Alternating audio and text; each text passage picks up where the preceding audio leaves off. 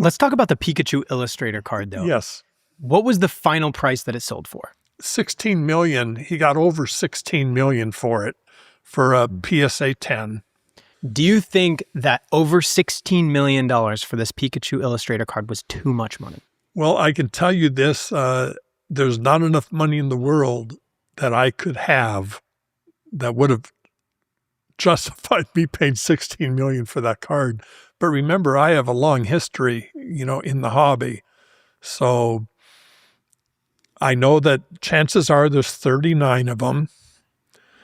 And one PSA 10, that may have been a marginal 10, but, there's gray areas. You can look at a card, you can say, well, this is almost, it hits that line, right? And you can go down or up, right? So there's only one 10, and I'm certainly not going to say a ripoff, because I believe the guy could turn around and get his money back today. So no, definitely don't think it's a ripoff. How much would it devalue that card if another PSA 10 came up? That would hurt. Would it go down from 16 million to like 10 million, or would it cut it down to like 4? Because then people are half. Because then if another comes out, then it's no longer one of a kind. It's no longer. Oh, is that how that works? I think the one of a kind aspect gets such a big premium where it's no longer like, oh, you don't have the only one. Right. Yes, that. Right? You're laughing, Jen, but it's true. Of course it's true. That's what you're like, well, it makes it less valuable because it's no longer one of one. Yeah, that's the idea of the saying. But there's a huge premium bump is the point I'm trying to make. I agree. Huge. That one of one makes it pretty special. If it was no longer a 1-in-1, it would devalue it. No question about how much? But the market cap would increase. It wouldn't go down to half, and it's exactly the same market cap of PSA 10. It might go Illustrator. Do you there's a chance another one comes out and then all of a sudden each are worth 4 million and all of a sudden the market cap halves? Yes, I do. Yeah, because personally, I think 16 was too much for the card. I think to me, it's probably an $8 to $10.5 million card. We had 2 people that were willing to pay 16 for it. Which but those were institutional people who were going to try to fractionalize it, and that was their marketing expense because they got a ton of eyeballs on it. That to me is worth $6 million. Free marketing. So the card could be worth 10, and then they put $6 million in marketing dollars behind it. Yeah. Of course, I've talked to Logan about this, and he was hoping to double his money. He got in the area of 5 million. He was hoping to get 10 million. I don't know if he mentioned that I did watch your podcast with him, which, by the way, I thought was tremendous. Great podcast. And Logan came across tremendously. I had to text him and tell him, doggone, I said, you came across so well. I said, why? You told him that he did a good job. Oh, I told him he did it. But he not only did a good job, he did a tremendous job. And you guys were out of sight. I mean, I wish I would have been sitting right there when you interviewed him I could have heard the whole thing. Thank you so much. But he was hoping to double his money. And, with Logan, you get that effect, the increase, value effect, because it is Logan. Now, the chances of another one coming out are, I didn't think one would ever come out. And that one was a 9, and they cross-graded it, and got a 10. They didn't have to cross-grade it when it was a 9, and then there would be 0 10s, right? But there's only 39 in the world, and they've all pretty much come out, and they've all been graded, and they've all graded less than 10. So if another one came out, I'd be shocked in that. But I want to give you a little context with the PSA 10 first edition base Charizards. When I did that Pawn Stars, that's 2016, 10 years ago, there were 123 PSA 10 first edition base Charizards. Today, there's 124 or maybe 125 knockoff Logans. In other words, the population has not increased in 10 years. And these, there were more than 39 made. There was, 1,000 made. And so it's, I would not be afraid of something like that happening if I were the one to purchase it from Logan. And I should tell you something else. The one that Logan bought from me, the PSA 10, first edition base, I wanted that card when he got a 10 because I had, at that time, the only 2 in the world. And now he got the 3rd one. I wanted it really, really bad. I was willing to overpay for it. And he came up and met me here, about other stuff, just family stuff and that.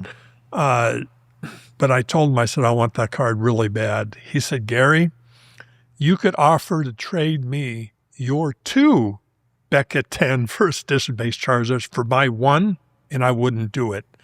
That card is going to my grave with me in that. And I know that can sound, yeah, right, but he did sell the Illustrator. He's done a lot of transactions in these last 5 years or however long that's been.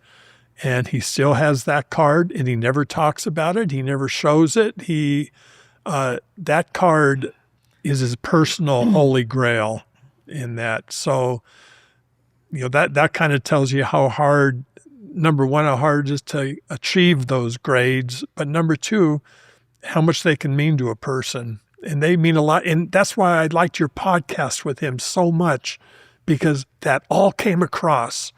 His love and his passion for Pokemon came across. Has he had problems? Has he made mistakes and all that? Of course. In my 72 years, I never made a mistake. But he's sincere when it comes to that. I want to tell you one other thing, just to get off the Logan thing after this, because people don't know him very well. They know what he wants you to know, right? Mm-hmm. And he plays things up, and it's all the wrestling. I got to tell you, an awful lot of it is just acting in that, because I have seen how he really is. And just to give you one quick example, then I can get off him. When he came to my house with about 6, 7, 8 people or something, he made sure that every single one did not use a curse word. He said, I don't want you cursing in front of Gary. And that, no, not that I even care, right? But just out of respect for some reason, because he's never heard me swear, because I never have in that. But I don't object to anybody being who they are and doing what they want, right? When's the last time you said the F word? If you have a cat, you know that keeping them healthy is a non-negotiable. And a big part of that really just comes down to diet. By choosing a quality cat food, you're buying more time with your cat and giving them a happier, healthier life. That's exactly why we are so excited to partner with Smalls. Smalls is fresh, human-grade cat food that does so much more than just feed your cat. It helps them live a full, healthy life. Not only is Smalls healthier for your cat, but it also noticeably improves their energy. In fact, 88% of cat parents say that after feeding Smalls, their cat is softer and shinier and has more energy to play. Smalls recipes are over 80% protein, which helps your cat build the muscle they need, and they never use fillers or artificial ingredients. Personally, I found that finding the right cat food is really difficult because in my case, I have one cat that will literally eat anything. Like, you leave any morsel of food on the table, it just will eat it. The other cat's extremely picky, but with Smalls, they both enjoy it. It's the perfect fix. If you're ready to find your forever cat food, Smalls is perfect for you, and for a limited time,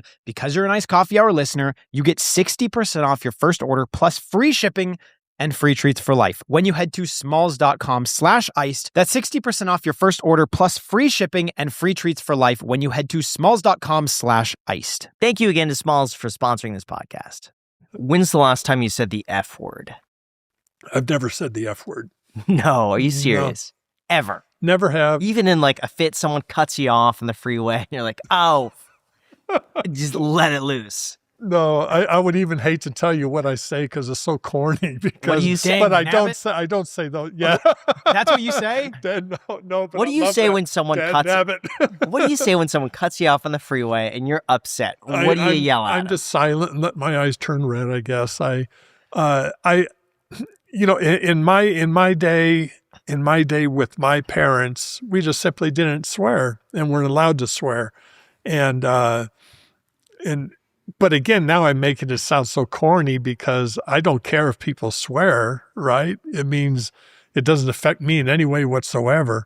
I just don't do it myself. And just the fact that he would, go out of his way to make sure they didn't in front of me was just, because he knew I didn't swear in that, but I didn't swear because it's just not a part of me. But I don't mind if he does or you do, but come to think of it, I've never heard either one of you two swear.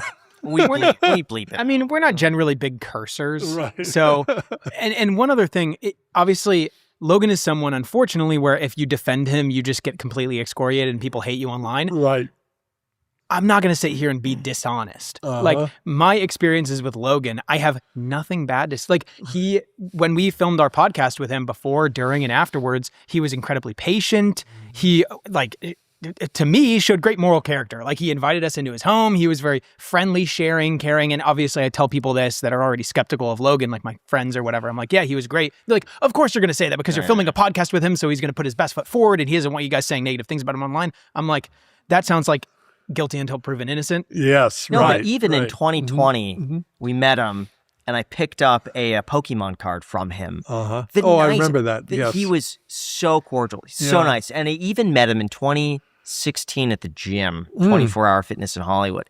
Super nice. I went up to him because I had seen his videos just starting to pop up online. And he was so nice. When someone invites me into their personal house and we're standing in the kitchen there, all talking on the island, and he's got shirtless, by the way. Shirtless, yeah. Jacked. All right, well, we don't need to go that far because now people are going to say, "Oh, well, look at you guys."